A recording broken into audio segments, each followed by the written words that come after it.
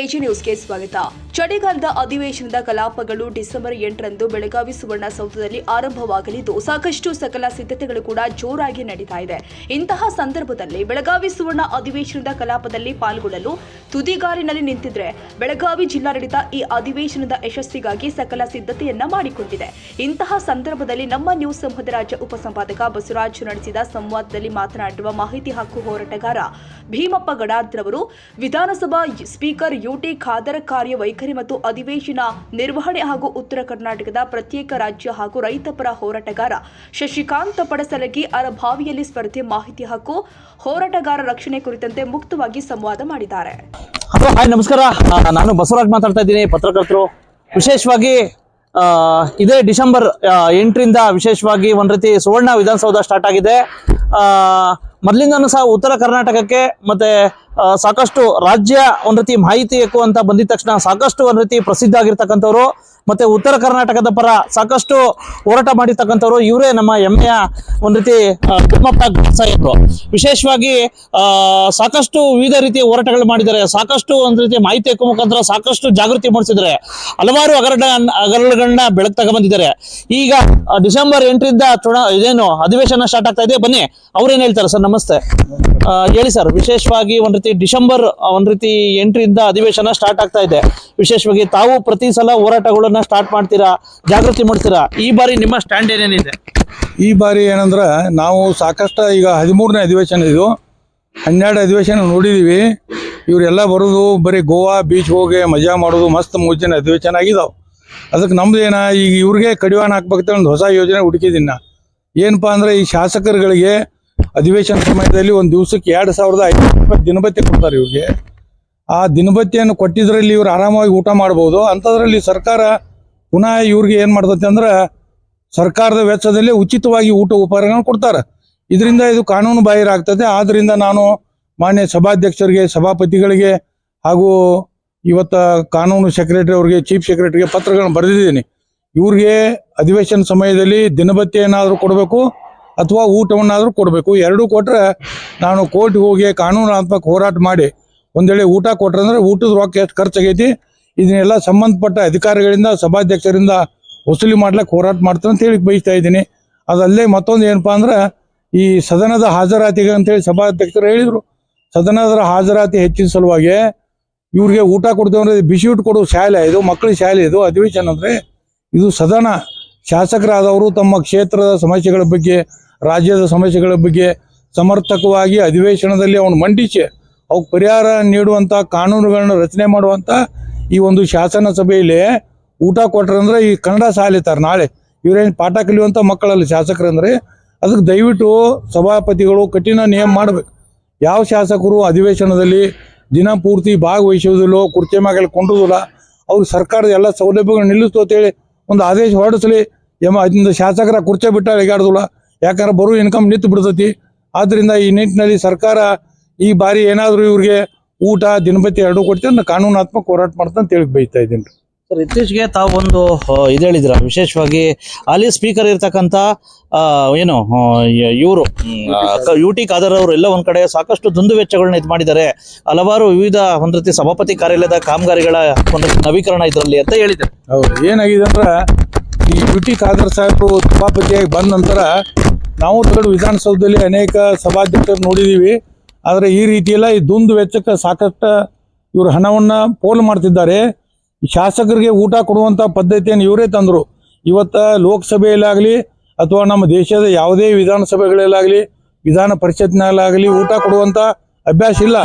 ಇವ್ರು ಏನು ಮಾಡಿರಪ್ಪ ಅಂದ್ರೆ ಊಟ ಕೊಟ್ಟಕೆರೆ ಮತ್ತು ಅವರು ರಿಕ್ಲೈನರ್ ಚೇರ್ ಕಿರುನಿದ್ರೆ ಕುರ್ಚಿಗಳತ್ತ ದಿನಕ್ಕೆ 2000 ರೂಪಾಯಿ ಬಾಡಿಗೆ ಒಂದು ಕುರ್ಚಿಗೆ ಏನು ಹೊರಟ್ಟಿ ಸಾಹೇಬ್ರು ಏನು ಮಾಡ್ತಾರ ಅಥವಾ ಇವರು ಯುಟಿ ಖಾದರ್ ಸಾಹೇಬ್ರು ಕೊಡ್ತಾರ ದುಡ್ಡನ್ನು.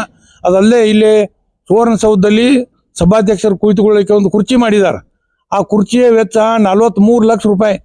ಯುಟಿ ಖಾದರ್ ಸಾಹೇಬ್ರನ್ನ ಕೇಳ್ತಾನೋ, ನಿಮ್ಮ ಮನ್ಯಾಗ ಏನು 43 ಲಕ್ಷ ರೂಪಾಯಿ ಕುರ್ಚಿ ಮ್ಯಾಗ ಕೊಂಡಿರ್ತೀರ, ನಿಮ್ಮ ಜೇಬಿನಿಂದ ಕೊಡೋದಾಗಿರಿ ಇಂಥ 43 ಲಕ್ಷ ರೂಪಾಯಿ ಕುರ್ಚಿ ಮಾಡ್ತೀರ ಅಂತ ನಾನು ಕೇಳ್ತಾ ಇದ್ದೀನಿ. ಆದ್ದರಿಂದ ನಾನು ಈಗಾಗಲೇ ಸರ್ಕಾರಕ್ಕೆ ಪತ್ರ ಬರೆದಿದ್ದೀನಿ. ಬೆಂಗಳೂರಲ್ಲಿ ಏನು ಅಧಿವೇಶನ ನಡೆದು ಅಲ್ಲಿ ಊಟಕ್ಕೆ 35 ಲಕ್ಷ ರೂಪಾಯಿ ವೆಚ್ಚ ಆಗೈತಿ. ಅದನ್ನು ಯುಟಿ ಖಾದರ್ ಸಾಹೇಬ್ರ ಜೇಬಿನಿಂದ ತುಂಬಿಸ್ಕೋಬೇಕು, ಇದ್ರ ನಾ ಕೋರ್ಟ್ ಹೋಗ್ಕೊಂಡು ಅಂತೇಳಿ ಪತ್ರ ಕೂಡ ಬರೆದಿದ್ದೀನಿ. ಒಟ್ಟಾರೆ ಏನಾಗಿದೆ ಅಂದ್ರೆ ಈ ಯು ಟಿ ಖಾದರ್ ಸಾಹೇಬರು ವಿಧಾನಸಭಾಧ್ಯಕ್ಷ ಬಂದ ನಂತರ ದುಂದು ವೆಚ್ಚಗಳನ್ನ ಮಾಡ್ತಾ ಇದ್ದಾರೆ. ಇಲ್ಲಿ ಮಹಾಪುರುಷರ ಭಾವಚಿತ್ರಗಳನ್ನ ಹಾಕಿದ್ದಾರೆ. 12 ಚಿತ್ರಗಳು, 12 ಚಿತ್ರಕ್ಕೆ 68 ಲಕ್ಷ ರೂಪಾಯಿ ಖರ್ಚು ಮಾಡಿದ್ದಾರೆ. ಫೋಟೋಗಳ್ರಿ 12 ಒಂದಕ್ಕೆ 2 ಲಕ್ಷ ರೂಪಾಯಿ ಹಾಕಿ ಕೊಡ್ತಾರೆ. ಇಲ್ಲೇ ಸುಮಾರು ಇವರು 68 ಲಕ್ಷ ರೂಪಾಯಿ ಖರ್ಚು ಮಾಡಿದರು. ಅದಕ್ಕೆ ತೈಲ ಚಿತ್ರಗಳನ್ನ, ಅದಕ್ಕೆ ಈ ತೈಲ ಚಿತ್ರಗಳನ್ನ ಮೊದಲ ಅವ್ರಿಗೆ 13 ಲಕ್ಷ ರೂಪಾಯಿ ಕೊಡ್ತಾರೆ ಫಸ್ಟ್. ಮತ್ತು ಅವಾಗ ನಾಡಿನ ಹೆಸರಾಂತ ಚಿತ್ರ ಕಲಾವಿದರು ತಯಾರು ಮಾಡಿದ್ದು ಅಂತ ಹೇಳ್ತಾರೆ ಇವರೇ, ಇದೇ ಸಭಾಧ್ಯಕ್ಷರು. ನಾಡಿನ ಹೆಸರಾಂತ ಚಿತ್ರ ಕಲಾವಿದರು ತಯಾರಿಸಿದ ತೈಲ ಚಿತ್ರಗಳು ತೇಡ್ರು, ಅವ್ರಿಗೆ ದುಡ್ಡು ಕೊಟ್ಟರು, ಫೋಟೋನು ಹಾಕಿರು. ಒಂದು ತಿಂಗಳು ಬಿಟ್ಟು ಒಂದು ಕಮಿಟಿ ಬರ್ತೈತಿ. ಆ ಬಂದ ಕಮಿಟಿ ಅವ್ರು ಹೇಳಿದ್ರು ಇವು ಅವ್ರನ್ನ ಹೋಲುವುದಿಲ್ಲ ಅಂತ ಹೇಳಿದ್ರು, ಚೇಹರೆಯಲ್ಲಿ ಹೋಲುವುದಿಲ್ಲ ಅಂತ ಹೇಳಿದ್ರು. ಮತ್ತು ಬರೀ ರೊಕ್ಕ ಕೊಟ್ಟನಾಗೆ ಮಾಡ್ಕೊಂಡಿದ್ರೆ ಬಸವಣ್ಣಂಗೆ ಕಾಣೋದಿಲ್ಲ, ಅಂಬೇಡ್ಕರ್ ಹಂಗೆ ಕಾಣೋದಿಲ್ಲ ಅಂತೇಳಿ ಮತ್ತು 43 ಲಕ್ಷ ರೂಪಾಯಿ ಖರ್ಚು ಮಾಡಿಸಿದ್ರಿ. ಯಾರು ದುಡ್ಡು ಎಲ್ಲಮ್ಮನ ಜಾತ್ರೆ ಮಾಡ್ತಾ ಇದ್ದೀರಿ? ಇವಕ್ಕೆಲ್ಲ ನೀವು ಕಡಿವಾಣ ಹಾಕ್ದಿದ್ರೆ ಈ ರಾಜ್ಯದ ಅಭಿವೃದ್ಧಿಗಾಗಿ ಬೆವರು ಸೋರಿಸಿ ಜನರೇನ ತೆರಿಗೆಯನ್ನು ಕಟ್ತಾರ, ಸದುಪಯೋಗ ಆಗ್ಬೇಕಂತೇಳಿ ಕಾನೂನಾತ್ಮಕ ಹೋರಾಟ ಮಾಡ್ತೀನಿ ಅಂತ ಹೇಳಿ ಬಯಸ್ತಾ ಇದ್ದೀನಿ. ಉತ್ತರ ಕರ್ನಾಟಕದ ಸಮಗ್ರ ಅಭಿವೃದ್ಧಿಗೆ ತಾವು ಹಲವಾರು ಹೋರಾಟ ಮಾಡಿದ್ರಿ, ಮತ್ತೆ ಉತ್ತರ ಕರ್ನಾಟಕ ವಿಕಾಸ ವೇದಿಕೆ ಅಂತ ಹೇಳ್ಬಿಟ್ಟು ತಾವು ಇದು ಮಾಡ್ಕೊಂಡಿದ್ರಿ. ಈ ಬಾರಿ ವಿಶೇಷವಾಗಿ ಉತ್ತರ ಕರ್ನಾಟಕ ಅಭಿವೃದ್ಧಿಯನ್ನು, ಸಮಗ್ರ ಅಭಿವೃದ್ಧಿಗೆ ಜನಪ್ರತಿನಿಧಿಗಳು ಏನಾದ್ರು ಧ್ವನಿ ಎತ್ತಾ ಇದ್ದಾರೆ? ಇವಾಗ ನಾವು ಉತ್ತರ ಕರ್ನಾಟಕ ಹೋರಾಟ ಶಾಸಕರು ಒಂದು 3-4 ಜನ ಶಾಸಕರು ಈಗಾಗಲೇ ಇದು ಉತ್ತರ ಕರ್ನಾಟಕ ಅಭಿವೃದ್ಧಿ ಆಗದಿದ್ರೆ ಪ್ರತ್ಯೇಕ ರಾಜ್ಯ ಮಾಡ್ರಿ ಅಂತೇಳಿ ಬರೆದು ಕೊಟ್ಟಿದ್ದಾರೆ ಈಗಾಗಲೇ. ನಮ್ದು ಏನಪ್ಪಾ, ಇದು ನಾವು ಸುಮಾರು ವರ್ಷಗಳಿಂದ ಹೋರಾಟ ಮಾಡ್ತಾ ಇದ್ದೀವಿ. ಅಭಿವೃದ್ಧಿಯನ್ನಂತೂ ಇವ್ರು ಮಾಡ್ತಾ ಇಲ್ಲ.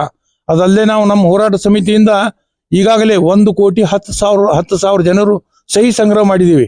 1,10,000 ಜನ ಉತ್ತರ ಕರ್ನಾಟಕ ಪ್ರತ್ಯೇಕ ಬೇಕಂತೇಳಿ. ಅದಕ್ಕೆ ನಾವು ಈಗ ಈ ಅಧಿವೇಶನದಲ್ಲಿ ಸರ್ಕಾರಕ್ಕೆ ಎಚ್ಚರಿಕೆ ಕೊಟ್ಟಿರ್ತೀವಿ. ಏನಪ್ಪಾ ಅಂದ್ರೆ ಬೆಳಗಾವಿನ 2ನೇ ರಾಜಧಾನಿಯಾಗಿ ಘೋಷಣೆ ಮಾಡಬೇಕು. ಪೂರ್ಣ ಪ್ರಮಾಣದ ಸಚಿವಾಲಯ ಕಚೇರಿಗಳು ಇಲ್ಲಿ ಸ್ಥಳಾಂತರ ಆಗಬೇಕು. ಅದಲ್ಲದೆ ಇಲ್ಲೇ ಏನಪ್ಪಾ ಅಂದ್ರೆ ಈ ಕಿತ್ತೂರು ಕರ್ನಾಟಕಕ್ಕೆ ಸಂಬಂಧಪಟ್ಟಂತೆ ಸಚಿವಾಲಯ ಪ್ರಾರಂಭ ಮಾಡ್ಬೇಕಂತೇಳಿ ಬೇಡಿಕೆ ಕೊಟ್ಟಿದ್ದೀವಿ. ಇವ್ರು ಏನಾದರೂ ಈ ಅಧಿವೇಶನದಲ್ಲಿ ಮಾಡದೇ ಇದ್ದಲ್ಲಿ ನಾವು ಪ್ರತ್ಯೇಕ ರಾಜ್ಯಕ್ಕೆ ಹೋರಾಟ ಮಾಡ್ತೀವಿ. ಪ್ರತ್ಯೇಕ ರಾಜ್ಯ ಧ್ವಜವನ್ನ ಸುವರ್ಣಸೌಧ ಕಟ್ಟಡ ಮ್ಯಾಗ ಹಾರಿಸ್ತು ಅಂತ ಹೇಳಿ ಬಯಸ್ತಾ ಇದ್ದೀನಿ. ಈಗ ಇನ್ನೊಂದು ತಮ್ಮ ವಿಶೇಷವಾಗಿ ತಾವು ಹೋರಾಟಗಾರ ಅಲ್ಲದೆ ಒಂದು ಪಕ್ಷದಿಂದ ಸ್ಪರ್ಧೆನೂ ಮಾಡಿದ್ರೆ, ಇಂತಹ ಸಂದರ್ಭದಲ್ಲಿ ಎಲ್ಲ ಒಂದ್ ಕಡೆ ತಮ್ಮ ವೈಯಕ್ತಿಕ ವರ್ಚಸ್ಸು, ಆ ಪಕ್ಷದ ಅಡಿ ಎಲ್ಲ ಒಂದ್ ಕಡೆ ಸಾಕಷ್ಟು ರಾಜ್ಯದಲ್ಲೇ ಅತ್ಯಂತ ಪರಿಣಾಮಕಾರಿಯಾಗಿ ಸ್ಪರ್ಧೆ ಕೊಟ್ಟಿದ್ರಿ. ಇಂತಹ ಸಂದರ್ಭದಲ್ಲಿ ಎಲ್ಲ ಒಂದ್ ಕಡೆ ಹೇಗಿದೆ ಹರ್ಬಾವಿಲಿ ತಮ್ಮ ಏನು ನೆಕ್ಸ್ಟ್ ಏನಾದ್ರು ತಮ್ಮ ರಾಜಕೀಯ ಸಂಘಟನೆಗಳು ಯಾವ ರೀತಿ ನಡೆದಿದ್ದಾವೆ? ಈಗ ನಾವಂತೂ ಹೋರಾಟ ಮಾಡ್ಲಿಕ್ಕೆ ಹೋರಾಟಗಾರಾಗಿ ಇರ್ತೀವಿ, ಹೋರಾಟ ಮಾಡ್ತೀವಿ. ಬಹುತೇಕ ನನಗನ್ಸತಿ ಮುಂದಿನ ದಿನಗಳಲ್ಲಿ ಇನ್ನೊಂದು 5 ವರ್ಷ ಹೋತಾರ ಶಾಸಕರು ಇರುವಂತ ಗೌರವನ ಕಡಿಮೆ ಆಗೈತಿ. ಈಗ ಮೊದಲಿನ ಕಾಲದಲ್ಲಿ ಶಾಸಕರು ಒಂದು ಪತ್ರ ಬರೆದ್ರಂದ್ರ ಅದು ದಿವಂಗತ KH ಪಾಟೀಲ್ರಿದ್ರು, ಮತ್ತೆ ಹಳಿ ಸಚಿವರಿದ್ರು, ಅವರು B ಬಸವಲಿಂಗಪ್ಪ ಅವರು, MY ಗೋರ್ಪಡೆ ಅವರು, ಇವರೊಂದು ಪತ್ರಗಳನ್ನ ಬರೆದ್ರ ಅಲ್ಲೇ MS ಬಿಲ್ಡಿಂಗ್ ನಡೆದಿತ್ತು. ಇಡೀ ರಾಜ್ಯಕ್ಕೆ ಮಿನಿಸ್ಟರ್ ಪತ್ರ ಬರೆದಾರಿದ್ರು. ಈಗಿನ ಸಚಿವರು ಶಾಸಕರು ಪತ್ರ ಕೊಟ್ರೆ ಇವರಿಗೆ ಈ ಎಲ್ಲಿಪ್ಪ ಕ್ಷೇತ್ರದಲ್ಲಿ ಲಾಜಿಂಗ್ದಲ್ಲಿ ರೂಮ್ ಸಹಿತ ಸಿಗುದಿಲ್ಲ. ಆ ಕೀಳು ಮಟ್ಟಕ್ಕೆ ಹೋಗಿದಾವು. ಬಹುತೇಕ ನಾವು ಹೋರಾಟಗಾರಾಗಿ ಇರ್ಬೇಕಂತೇಳಿ ನಂದು ಆಸೆ ಇದೆ. ಈಗ ಇನ್ನೊಂದು ಸರ್, ಒಂದ್ ಕಡೆ ಸಾಕಷ್ಟು ಒಂದ್ ರೀತಿ ನಿಮ್ದೇ ಆದ ಹೋರಾಟಗಳನ್ನ ಇದು ಮಾಡ್ಕೊಂಡಿದ್ದೀರಾ, ಸಾಕಷ್ಟು ಅಭಿಮಾನ ಸೃಷ್ಟಿ ಮಾಡ್ಕೊಂಡಿದ್ದೀರಾ, ಅರ್ಬಾವಿ ನಿಮ್ಮ ಕಾರ್ಯಕ್ಷೇತ್ರ ಮಾಡ್ಕೊಂಡಿದ್ದೀರಾ. ಇಂತಹ ಸಂದರ್ಭದಲ್ಲಿ ಈಗ ನನ್ನೆ ತಾನೇ ಒಂದು ರೈತ ಪರ ಹೋರಾಟಗಳಿಗೆ ಯಶಸ್ವಿ ಕಂಡ್ರು ಶಶಿಕಾಂತ್ ಪಡಸ್ಲಗಿ ಗುರೂಜಿ ಅವರು ಮತ್ತೆ ಚುನಪ್ಪ ಪೂಜಾರಿ ಅವರು ಕಬ್ಬಿನ ರೈತರಿಗೆ. ಮುಂಬರ್ತಕ್ಕಂಥ ದಿನಗಳಲ್ಲಿ ಜಾಸ್ತಿ ಏನಾದ್ರು ಮಾತಾಡಿದ್ರೆ ಒಬ್ಬ ಜನಪ್ರತಿ ವಿರುದ್ಧ ನಿನ್ನ ವಿರುದ್ಧ ನಿಲ್ತೀನಿ ಅಂತಕ್ಕಂಥ ಮಾತು ಬಹಿರಂಗವಾಗಿ ಹೇಳಿದ್ದಾರೆ. ಹಾಗಾಗಿ ತಮ್ಮದು ಕಾರ್ಯಕ್ಷೇತ್ರ, ಇದಕ್ಕೆ ನಿಮ್ಮ ಪ್ರತಿಕ್ರಿಯೆ ಸಂಬಂಧ? ನಂದೇನಪ್ಪ ಪ್ರತಿಕ್ರಿಯೆ ಅಂದ್ರೆ, ಈ ಪ್ರಜಾಪ್ರಭುತ್ವದಲ್ಲಿ ಎಲ್ಲರೂ MLA ಆಗ್ಬೇಕಂತೇಳಿ ಬಯಸವ್ರು ಅದಾರು. ಎಷ್ಟು ಜನ ಗ್ರಾಮ ಪಂಚಾಯತಿ ಸದಸ್ಯರದಾರು, ಅವ್ರು ಗ್ರಾಮ ಪಂಚಾಯತಿ ಅಧ್ಯಕ್ಷರಾಗ್ಬೇಕತ್ತಾರು. ಗ್ರಾಮ ಪಂಚಾಯತಿ ಅಧ್ಯಕ್ಷ ಇದ್ದವರು ತಾಲೂಕ್ ಪಂಚಾಯತಿ ಅಧ್ಯಕ್ಷರಾಗ್ಬೇಕತ್ತಾರು. ತಾಲೂಕ್ ಪಂಚಾಯತಿ ಅಧ್ಯಕ್ಷ ಇದ್ದವರು ಜಿಲ್ಲಾ ಪಂಚಾಯತಿ ಅಧ್ಯಕ್ಷರಾಗ್ಬೇಕತ್ತಾರು. ಎಷ್ಟು ಜನ ZP ಅಧ್ಯಕ್ಷರದಾರು ಅವ್ರ MLA ಆಗ್ಬೇಕತ್ತಾರು. ಎಷ್ಟು ಜನ MLAಗಳದವ್ರೆಲ್ಲ ಮಂತ್ರಿ ಆಗ್ಬೇಕತ್ತಾರು. ಎಷ್ಟು ಜನ ಮಂತ್ರಿಗಳದವ್ರೆಲ್ಲ ಮುಖ್ಯಮಂತ್ರಿ ಆಗ್ಬೇಕತ್ತಾರು. ಎಷ್ಟು ಜನ ಮುಖ್ಯಮಂತ್ರಿಗಳದವ್ರೆಲ್ಲ ನಾ ರಾಷ್ಟ್ರಪತಿ ಆಗ್ಬೇಕತ್ತಾರು, ಪ್ರಧಾನಿ ಆಗ್ಬೇಕತ್ತಾರು. ಮನುಷ್ಯನ ಆಸೆ ಬಿಟ್ಟಿಲ್ಲ. ಅದು ನಮ್ಮ ಹಣಿ ಬಾರ್ದಾಗಿದ್ರೆ ಅದು ಎಲ್ಲಿ ಹುಡ್ಕೊಂಡು ಬರ್ತೈತೆ. ಅದಕ್ಕೆ ನಮ್ದು ಏನಪ್ಪ, ಜನ ನಮ್ಮನ್ನ MLA ಮಾಡ್ತಾರ್ತೇಳಿ ಆಸೆ ಇಟ್ಕೊಂಡು ನಾವು ಹೋರಾಟಗಳನ್ನ ಮಾಡಬಾರ್ದು. ನಮ್ಮ ಹೋರಾಟಗಳ ಯಾವುದೇ ಆಸೆ ಆಮಿಷಗಳಿಲ್ಲದೆ ಹೋರಾಟ ಇರಬೇಕು. ನಾ MLA ಹಾಕೊಂಡು ಮಂತ್ರಿ ಆಗ್ತಾನೆ ಹೋರಾಟ ಮಾಡಿದ್ರೆ ಯಾವಾಗ್ರೂ ಬಂದು ಹೇಳ್ರಿ ಏನಾಗುದಿಲ್ಲ. ಸತತವಾಗಿ ಸಾರ್ವಜನಿಕರಿಗೆ ಬರೆದುಕೊಂಡು ಅವ್ರ ಸಮಸ್ಯೆಗಳಿಗೆ ನಾವು ಸ್ಪಂದಿಸಿರ ಅದು ನಮ್ಮ ಹಣಿ ಬಾರದಾಗ ಬೇಕಿದ್ರೆ ನಾವು MLA ಆಗ್ತೀವಿ. ಅದಕ್ಕೆ ಶಶಿಕಾಂತ್ ಗುರೂಜಿ ಅವ್ರು ಹಣಿ ಬಾರದಾಗಿದ್ರೆ ಅವ್ರು ಆಗಲಿ MLA ಆಗಲಿ, ದೇಶದ ಪ್ರಧಾನಿ ಆಗಲಿ, ಮುಖ್ಯಮಂತ್ರಿ ಆಗಲಿ, ನಮ್ಮದೇನೈತ್ರಿ ಹಣಿ ಬಾರ. ಹನಿ ಬರ ಅಂತ ಹೇಳಿ ಬಯಸ್ತನ್ನ. ಅಲ್ಲ, ಈಗ ಪಡ್ಸಲಿಗೆ ಗುರುಗಳು ಯಶಸ್ವಿ ಕಂಡಿದ ತಕ್ಷಣ ಎಲ್ಲ ಒಂದ್ ಕಡೆ ಮಾಜಿ ಮಾಡ್ತೀವಿ ಅಂತಕ್ಕಂಥದ್ದು ಇದೆ. ಎಷ್ಟು ದಿನ ನಿಮ್ಮ ಮತ್ತೆ ಅಲ್ಲಿ ಶಾಸಕರ ನಡುವೆ ಏರ್ಪಟ್ಟಿತ್ತು, ಎಲ್ಲ ಒಂದ್ ಕಡೆ ತ್ರಿಕೋನ ಸ್ಪರ್ಧೆ ಆಗ್ಬೋದಾ, ಏನ್ ಕತೆ? ಏನೈತೆ ಅಂದ್ರ, ನಾನು ಅರ್ಬಾನ್ ಕ್ಷೇತ್ರದಲ್ಲಿ ಸುಮಾರು 30 ವರ್ಷಗಳಿಂದ ಅರ್ಬಾನ್ ಕ್ಷೇತ್ರದಾಗ ಯಾವ ಊರಾಗ ಯಾರ ಮನೆಗಳು ಎಕ್ಕಡಿ ಮುಖ ಮಾಡಿದಾವ ಎಲ್ಲ ಗೊತ್ತೈತಿ ನನಗೆ. ಎಲ್ಲಿ ದೇವಸ್ಥಾನ ಅದಾವು, ಎಲ್ಲಿ ಮಸೀದಿ ಅದಾವ, ಪ್ರತಿಯೊಂದು ಹಳ್ಳಿನಲ್ಲಿ 30 ವರ್ಷ ಜನಸೇವೆ ಮಾಡಿದವ್ ನನ್ನ ಬಾಳೆನ ಹೆಂಗೈತಿ. ಮತ್ ಹಿಂದ ನಿನ್ನೆ ಬಂದ್ ಹೇಳಿದವ್ರು ಇನ್ನು ಅದಕ್ಕ ಅವ್ರ ತಕ್ಕದೀರ ಅಂತ ಹೇಳಿ ಬೈತೇನಪ್ಪ. ಐತ್ರೆ ಇಲ್ಲಿ ಏನಾಗಿದೆ ಅಂದ್ರೆ ಹಣ ಇದೆ ನಮ್ಮಲ್ಲಿ, ಹಣ ಎಲ್ಲ ಮಾಡ್ತತಿ. ಈಗ 100 ಜನ ಮತದಾರರು ಇರ್ತಾರು, ಆ 100ರಲ್ಲಿ ಏನಾಗೈತೆ ಅಂದ್ರ 40 ಜನ ಗಡದವ್ರು ಬೇಕತ್ತಾರ, 20 ಜನ ಮಾತ್ರ ಜಾರಕಿಹೊಳಿ ಅವ್ರು ಬೇಕತ್ತಾರ. 60% ಹೋತಿಲ್ಲ ಅವ್ರಿಗೆ 20% ಜನ ಬೆಂಬಲ ಐತಿ, ನನಗೆ 40 ಐತಿ. ಆದ್ರೆ ಆ 40% ಉಳ್ಕ ಜನ ಅದಾರಲ್ಲ ಅವ್ರೆಲ್ಲ ರೊಕ್ಕದ ಮ್ಯಾಗ ಅದವ್ರು, ಯಾರು ರೊಕ್ಕ ಕೊಡ್ತಾರ ಓಟ್ ಹಾಕ್ತಾರು. ನನಗೆ ಶಾಸಕರಿಂದ ಹೆಚ್ಚು ಗೌರವ ಇದ್ರು ಸಹಿತ ಚುನಾವಣೆಯಲ್ಲಿ ಹಣ ಕೆಲಸ ಮಾಡ್ತತಿ. ಅದ್ ದೇವ್ರ ಅವ್ರ ಬುದ್ಧಿ ಕೊಡ್ಬೇಕು, ನಾವ್ ಏನ್ ಮಾಡೋರ್ಗಪ್ಪ.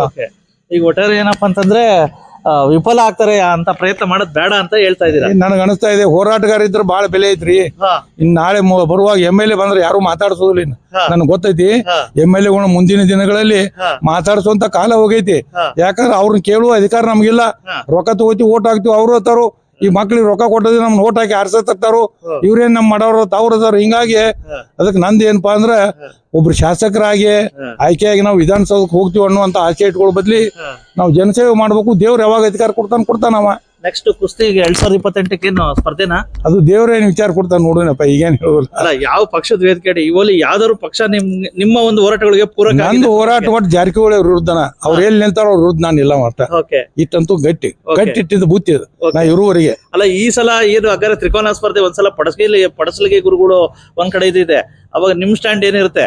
ಆ ತ್ರಿಕೋನ ಸ್ಪರ್ಧೆಯಲ್ಲಿ ಯಾವಾಗ್ಲೂ ಹೋರಾಟಗಾರ ಬರ್ತಾರತ್ ನನಗೆ ಅನಿಸ್ತೈತಿ. ಹೌದಾ? ಹೌದು, ಖಂಡಿತವಾಗಿ. ಒಟ್ಟಾರೆ ಏನಪ್ಪಾ ಅಂತಂದ್ರೆ ನೀವು 2028 ಸ್ಪರ್ಧೆ ಮಾಡ್ತೀರಾ? ಮಾಡುದಲ್ರಿ. ಜನ ನಾವ್ ಅಲ್ಲಿ ಅಂದ್ರು ಜನ ಬಿಡುದಿಲ್ರಿ, ಮಾಡಿರ್ತಾರ ಮಾಡುದ್ ಸ್ಪರ್ಧಾ. ನಮ್ ಮನಿ ಬರದಾಗಿತ್ತು, MLA ಹಾಕಿವು. ನಾವು ಶಾಸಕರಾದ್ರ ಈಗೇನ್ ಶಾಸಕರದಲ್ಲ, ಸಾಕಷ್ಟು ಒಂದು 100 ಜನ ಇವರೆಲ್ಲ ಸಾಕಷ್ಟು ಅವ್ಯವಹಾರ ಮಾಡಿದಾರ. ಮೊದಲು ಅವ್ರನ್ನ ಹೊರ ಕಳಿಸೋ ವ್ಯವಸ್ಥೆ ಮಾಡ್ತೀನಿ ನಾ MLA ಆದ್ರ. ವಿಧಾನಸೌಧ ಬಿಟ್ಟು ಅವ್ರನ್ನ ಹೊರ ಕಳಿಸುವಂತ ವ್ಯವಸ್ಥೆ ಕಾನೂನಾತ್ಮಕ ಹೋರಾಟ ಮಾಡ್ತಾನೆ ಅಪ್ಪ. ನಾ ಯಾರ ಮ್ಯಾಗ ಅಲಿಗೇಷನ್ ಇಲ್ಲ, ಕಾನೂನಾತ್ಮಕ ಕಾಗದ ಪತ್ರಗಳಿಂದ ಹೋರಾಟ ಮಾಡಿ ಒಳ್ಳೆ ಜನರ ಸ್ಟೈಲ್ ಬರುವಂತ ವ್ಯವಸ್ಥೆ ಮಾಡಿಸ್ತಾನ. ಕೊನೆಯ ಪ್ರಶ್ನೆ, ವಿಶೇಷವಾಗಿ ಬೆಳಗಾವಿ ಜಿಲ್ಲೆ ಪ್ರತ್ಯೇಕವಾಗಿ 3 ಭಾಗಗಳಾಗಬೇಕು ಅಭಿವೃದ್ಧಿ ದೃಷ್ಟಿಯಿಂದ ಅಂತ ಒಂದಿದೆ. ಹೌದು, ಬೆಳಗಾವಿ ಜಿಲ್ಲೆ ಏನಾಗೈತೆ ಅಂದ್ರೆ, ಇದು ಸುಮಾರು ಈ ಜಿಲ್ಲೆ ವಿಭಜನೆ ಸಲುವಾಗಿ 30 ವರ್ಷಗಳಿಂದ ಹೋರಾಟ ನಡೀತಾ ಇದೆ. ಆದ್ರೆ ಏನಾಗೈತಿ, ನಮ್ಮ ರಾಜಕಾರಣಿಗಳ ಇಚ್ಛಾಶಕ್ತಿ ಕೊರತೆಯಿಂದ ಕೆಲವ್ರು ಭಯ ಇದೆ. ಗೋಕಾಕ್ ಜಿಲ್ಲಾ ಆತಂದ್ರ ಎಲ್ಲಾ ಅಧಿಕಾರಿ ಕಚೇರಿಗಳಲ್ಲಿ ಬರ್ತಾವ್ರು, ನಮ್ಮನ್ನ ರೀಡ್ ಮಾಡಿರ್ತ ಅವ್ರಿಗೆ ಹೆಂಚಿಕೈತಿ. ಚಿಕ್ಕೋಡಿ ಜಿಲ್ಲಾ ಆತಂದ್ರ ಯಾಕಂದ್ರ ಇವ್ರೆಲ್ಲ MLA ಫಸ್ಟ್ ನಿಲ್ಲುದ್ನಾಗ ಇವ್ರ ಆಸ್ತಿ ಎಷ್ಟಿತ್ತು, ಈಗ ಎಷ್ಟು ಗಳಿಸಿದಾರು, ಹೆಂಗ ಅವ್ರಿಗೆಲ್ಲ ಭಯ ಐತಿ. ಅದಕ್ಕೆ ನನಗನ್ಸತಿ ನಮ್ಮ ಜನಪ್ರತಿನಿಧಿಗಳೇ ಈ ಜಿಲ್ಲೆಗಳನ್ನ ವಿಭಜನೆ ಮಾಡಿ ಕೊಡ್ತಾ ಇಲ್ಲ. ಅದಕ್ಕೆ ನಂದೇನಪ್ಪಾ, ತಮ್ಮ ಮೂಲಕ ನಮ್ಮ ಜಿಲ್ಲೆ ಜನಪ್ರತಿನಿಧಿ ಹೇಳಿಕ್ ಬಯಸ್ತಾ ಇದ್ದೀನಿ, ಉಸ್ತುವಾರಿ ಸಚಿವರು ಹೇಳಿಕ್ ಬಯಸ್ತಾ ಇದ್ದೀನಿ. ನೀವೆಲ್ಲರೂ ಸೇರ್ಕೊಂಡ ಇವತ್ತ ಉಸ್ತುವಾರಿ ಸಚಿವರಾಗಿರ್ಬೋದು, ಬ್ಯಾರೆ ಸಚಿವರಾಗಿರ್ಬೋದು, ನಮ್ಮ ಜಿಲ್ಲೆಯವರು ಎಲ್ಲ ಶಾಸಕರು, ಎಲ್ಲ ವಿಧಾನ ಪರಿಷತ್ ಸದಸ್ಯರು, ನಾವು ಒಂದು ಲೆಟರ್ ಟೈಪ್ ಮಾಡ್ತಾನೆ. ಆ ಲೆಟರ್ಗೆ ನೀವು ಸಹಿ ಮಾಡಿ ಕೊಡ್ರಿ, 3 ತಿಂಗಳದಾಗ ಜಿಲ್ಲಾನ ಮಾಡ್ತಾನೆ. ಚಿಕ್ಕೋಡಿ ಜಿಲ್ಲಾ ಮಾಡಿಸ್ತಾನು, ಗೋಕಾಕು ಜಿಲ್ಲಾ ಮಾಡಿಸ್ತಾನು. ಬರ್ಕೊಡ್ರಿ, ನಾ ಹೇಳಿದಕ್ಕೆ ಸಹಿ ಮಾಡಿ. ಸುಳ್ಳ ನೀವು ಅದಕ್ಕೆ ಬೆಂಬಲ ಕೊಡ್ತೀವಿ, ಜಿಲ್ಲೆ ಆಗ್ಬೇಕಂತ ಹೇಳಿಕೆ ಕೊಡೋದು ಬಂದ್ ಮಾಡ್ರಿ, ಹೊರಗೆ ಬರ್ರಿ, ನನ್ನ ಪತ್ರಕ್ಕೆ ಸಹಿ ಮಾಡ್ರಿ, ಜಿಲ್ಲಾ ಹೆಂಗ್ ಮಾಡಿ ಕೊಡೋದು ನಾ ಮಾಡಿ ಕೊಡ್ತಾನೆ. RTI ಕಾರ್ಯಕರ್ತರು ಹತ್ಯೆ ಆಗ್ತಾ ಇರ್ತಕ್ಕಂಥದ್ದು, ಎಲ್ಲ ಮೊನ್ನೆ ಹುಬ್ಳಿಲಿ ಆಗಿರ್ತಕ್ಕಂಥದ್ದು, ಈ ಬಗ್ಗೆ ಏನ್ ಸರ್ ನಿಮ್ದೇ ಆದ ಒಂದು ವೇದಿಕೆ ರಕ್ಷಣೆ ಬೇಕು ಅಂತ ಸರ್ಕಾರಕ್ಕೆ ಮನವಿ ಮಾಡ್ತೀರಾ? ಏನಿಲ್ಲ, ನಾವು ಆ ಹೋರಾಟವನ್ನ ನಾವು ಯಾವ ರೀತಿ ಮಾಡ್ತೀವಿ ಅನ್ನೋದು ಇಂಟೆಲಿಜೆನ್ಸಿ ಇರ್ತೈತಿ, ಅದು ಗಮನಿಸ್ತಾ ಇರ್ತೈತಿ. ನಾವು ಒಳ್ಳೆ ಹೋರಾಟ ಮಾಡ್ತಿದ್ರೆ ಸರ್ಕಾರ ನಮ್ ಭದ್ರತೆ ಕೊಟ್ಟೆ ಕೊಡ್ತೈತಿ. ಆದ್ರೆ ಈಗ ಏನಾಗಿದೆ, RTI ಕಾಯ್ದೆಯನ್ನು ದುರ್ಬಲಗೊಳಿಸ್ಲಿಕ್ಕೆ ಇವು ನಮ್ಮ ಜನಪ್ರತಿನಿಧಿಗಳು ಹೊರಟಿದಾರ. RTI ಕಾಯ್ದೆ ಅಂದ್ರೆ ಅವ್ರು ರೊಕ್ಕ ಮಾಡ್ತಾರು, ಅವ್ರ ಜನರ ಹೆದರಿಸಿ ರೊಕ್ಕ ತಿಂತಾರು, ಅಧಿಕಾರಿಗಳು ಬಹಳ ತ್ರಾಸತಿ. ಈ ಮಾನ್ಯ ಶಾಸಕರಲ್ಲಿ ನಾ ಕೇಳ್ತನು, RTI ಕಾರ್ಯಕರ್ತರು ಹೆದರಿಕೆ ಹಾಕಿನ ಅವ್ರ ಮ್ಯಾಗ ಕಂಪ್ಲೇಂಟ್ ಕೊಟ್ಟು ಒಳಗೆ ಹಾಕ್ಸಕ್ ಬರ್ತೈತಿಲ್ಲ. ನಿಮ್ಮ ಅಧಿಕಾರಿಗಳು ಆ ಕೆಲಸ ಯಾಕೆ ಮಾಡ್ತಾ ಇಲ್ಲ? ಇವತ್ತು ಭೀಮಪ್ಪ ಗಡದ್ ಬಂದ ದಿನ ನನಗ ಹರಾಸ್ಮೆಂಟ್ ಮಾಡ್ತಾನ, ರೊಕ್ಕ ಕೇಳ್ತಾನ, ಕಂಪ್ಲೇಂಟ್ ಕೊಟ್ರೆ ನನ್ನ ಕರ್ತವ್ಯಕ್ಕೆ ಸುತ್ತಿ ಮಾಡ್ತಾನ, ಕೊಟ್ರೆ ನನ್ನ ಒಳಗ ಕಳಿಸಿ ಬಿಡ್ತಾರು. ನಿಮ್ಮ ಅಧಿಕಾರಿಗಳು ಯಾಕೆ ಕೊಡತ್ತೆ ಇಲ್ಲ? ಮತ್ತೆ ನೀವ್ ಹೇಳ್ತೀರಿ RTI ಕಾರ್ಯಕರ್ತರ ಆಸ್ತಿ ಜಪ್ತ್ ಮಾಡಿದಾರ ಅಂತೇಳಿ. ನಾನು ಈ ವಿಧಾನಸಭೆಯಲ್ಲಿ ಇರ್ತಕ್ಕಂಥ ಮಾನ್ಯ ಜನಪ್ರತಿನಿಧಿನ ನಾ ಕೇಳ್ತೇನೆ, ಶಾಸಕರನ್ನ, ಇವತ್ತ RTI ಕಾರ್ಯಕರ್ತದ್ದು ಆಸ್ತಿ ಎಲ್ಲ ಎಷ್ಟೈತಿ ತನಿಖೆ ಆಗ್ಲಿ, ರಾಜ್ಯದಲ್ಲಿ ಇರ್ತಕ್ಕಂಥವ್ರದ್ದು ಶಾಸಕರಾಗಿ ನೀವೆಷ್ಟು ಆಸ್ತಿ ಗಳಿಸಿದ್ರಿ, ಒಂದೇ ಚುನಾವಣೆ ಇತ್ತಾಗ ನಿಮ್ಮ ಆಸ್ತಿ ಎಷ್ಟಿತ್ತು, ಈಗ ಎಷ್ಟೈತಿ ಅದನ್ನು ಬಹಿರಂಗ ಪಡಿಸ್ರತ್ನ ಅವರಲ್ಲಿ ಒತ್ತಾಯ ಮಾಡ್ತಾನ. ಅಧಿವೇಶನದಲ್ಲಿ ಹೋದ್ಸಲ ಮಹಂತೇಶ್ ಕೌಜಲಗಿ ಅವರು ಒಂದ್ ರೀತಿ RT ಇದಾಗ್ತಾ ಇದೆ, ದಯವಿಟ್ಟು ಅದಕ್ಕೆ ಇದ್ ಮಾಡಿ ತಿದ್ದುಪಡಿ ತಗೊಬರ್ರಿ, ಇಲ್ಲಾಂದ್ರೆ ಇದ್ ಮಾಡಿ ಏನಾರು ಒಂದು ಇದ್ ಮಾಡಿ, ಬ್ಲಾಕ್ ಮೇಲ್ಗಳು ಜಾಸ್ತಿ ಆಗಿದಾವೆ ಅಂತ ಹೇಳ್ಬಿಟ್ಟು ಸದನದಲ್ಲೇ ಒಂದ್ ರೀತಿ ಬೆಂಗಳೂರಲ್ಲಿ ಇದಾಗಿದ್ರು ಬೈಲಹೊಂಗಲ ಶಾಸಕರಾದ ಮಹಂತೇಶ್ ಕೌಜಲಗಿ ಅವರು. ಅದಕ್ಕೆ ತಮ್ಮ ಪ್ರತಿಕ್ರಿಯೆ ಸರ್? ಈಗ ಶಾಸಕರಾದವ್ರಿಗೆ ಏನದ RTI ದಿಂದ ನಾವು ಮಾಡಿದಂತ ಹಗರಣಗಳ ಏರಿಯಾ ಬೈಲಿಗೆ ಬಂದವರ ನಮ್ಗೆ ಜನ ಓಟ್ ಹಾಕಕ್ಕಿಲ್ಲ, ನಮ್ಗೆ ಏರಿಯಾ ತೊಂದರೆ ಆದಿತ್ತ ಅವರಲ್ಲಿ ಹೆದರಿಕೆ ಇರ್ಬೋದು, ಬಹುತೇಕವಾಗಿ ಆ ಹೆದರಿಕೆಯಿಂದ ಹೇಳಿರ್ಬೋದು. RTI ಇಂದ ತೊಂದರೆ ಆಗುದಿಲ್ಲ, RTI ದಿಂದ 1,000 ಕೋಟಿ ರೂಪಾಯಿ ಸರ್ಕಾರನ ಉಳಿಸ್ಕೊಟ್ಟಿದ್ದೀನಿ. ಅದಕ್ಕೆ ಅವತ್ತಿನ ದಿವಸ ಹೇಳಿನ ಮಹಂತೇಶ್ ಕೌಜಲಗಿ ಸಾಹೇಬ್ರು ಹೇಳಿದ್ವು, ಅವತ್ತ ಬಸವರಾಜ ಯತ್ನಾಳ್ ಬಸನಗೌಡ ಯತ್ನಾಳ್ ಸಾಹೇಬ್ರು ಹೇಳಿನ ನನ್ನ ಅಧಿವೇಶನ ಕರೆಸ್ರಿ ಸದನದಲ್ಲಿ, RTI ಇಂದ ಏನೇನ್ ಮಾಡ್ಯಾನ ಅನ್ನೋದನ್ನ ಹೇಳ್ತಾನಂತ ಹೇಳಿನ. ಕರ್ಸ್ಬೇಕಾಗಿತ್ತು, ಇವ್ರು ಕರ್ಸ್ಲಿಲ್ಲ. ಅದಕ್ಕೆ ಶಾಸಕರಿಗೇನ RTI ಅರ್ಜಿಯಿಂದ ನಾವು ರಸ್ತೆ ಏರಿಯಾ ಕಳಪೆ ಮಾಡಿದ್ದು ಅದು ಹೊರಗೆ ಬಂದು ನಮ್ಗೆ ತೊಂದರೆ ಆಗಬಾರ್ದು, ಅಥವಾ ಕೆಲಸ ಮಾಡದೆ ದುಡ್ಡು ಖರ್ಚಾಕಿದ್ರು ಅದು ಗೊತ್ತಾಗಬಾರ್ದು ತಿಳಿಕೆ ಅವರು ಸ್ವಲ್ಪ ಹೆದರ್ಕೊಂಡು ಇದನ್ನ RTI ಹತ್ತಿಕ್ಕುವಂತ ಪ್ರಯತ್ನ ಮಾಡ್ತಾರೆ ಅಂತ ಹೇಳಿಕ್ ಬಯಸ್ತಾ ಇದ್ದೀನಿ. ಧನ್ಯವಾದಗಳು ಸರ್. ವಿಷ್ಣು ವೀಕ್ಷಕರೇ, ಗೊತ್ತಾಯ್ತಲ್ಲ, ಮನೆ ಗೌರವಾನ್ವಿತ ಹೋರಾಟಗಾರರು ವಿಶೇಷವಾಗಿ ಮಾಹಿತಿ ಬೇಕು ಅಂತ ಬಂದಿದ ತಕ್ಷಣ ರಾಜ್ಯದಲ್ಲಿ ತನ್ನದೇ ಆದ ಒಂದ್ ರೀತಿ ಕಿಚ್ಚನ್ನು ಎಬ್ಬರಿಸಕ್ಕಂತಕ್ಕಂಥವ್ರು, ವಿಶೇಷವಾಗಿ ಉತ್ತರ ಕರ್ನಾಟಕದ ಬಗ್ಗೆ ಬದ್ಧತೆಯಿಂದ ಹೋರಾಟ ಮಾಡ್ತಾ ಇರ್ತಕ್ಕಂಥ ಗೌರವಾನ್ವಿತ ಹೋರಾಟಗಾರರಾಗಿರ್ತಕ್ಕಂಥ ಭೀಮಪ್ಪ ಗಡಾದ್ ಸರ್ ಅವರ ಅಭಿಪ್ರಾಯ. ನಮಸ್ಕಾರ, thank you Basavaraj sir, thank you.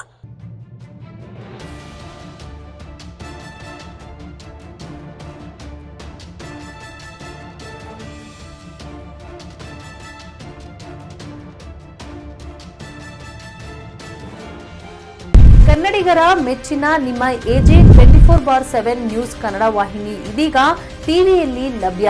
ಒಂದು ವೇಳೆ ನೋಟಿಸ್ ಕೊಟ್ಟಿದ್ರೆ ವಾಪಸ್ ತಗೋತೀವಿ. ಇವತ್ತು ವಕ್ಫ್ ಪ್ರಾಪರ್ಟಿ ಅಂತೇಳಿ ಬರ್ತದೆ ಅಂತ ಹೇಳಿದ್ರೆ ರೈತರು ಬೀದಿಗೆ ಬಂದ್ರೆ ಏನ್ ಮಾಡ್ಬೇಕಾಗತ್ತೆ? ಯಾರು ವೋಟ್ ಹಾಕಿಲ್ಲ ಅಂದ್ರೆ ಗ್ಯಾರಂಟಿನೆಲ್ಲ ಸ್ಟಾಪ್ ಮಾಡ್ಬಿಡ್ತೀವಿ.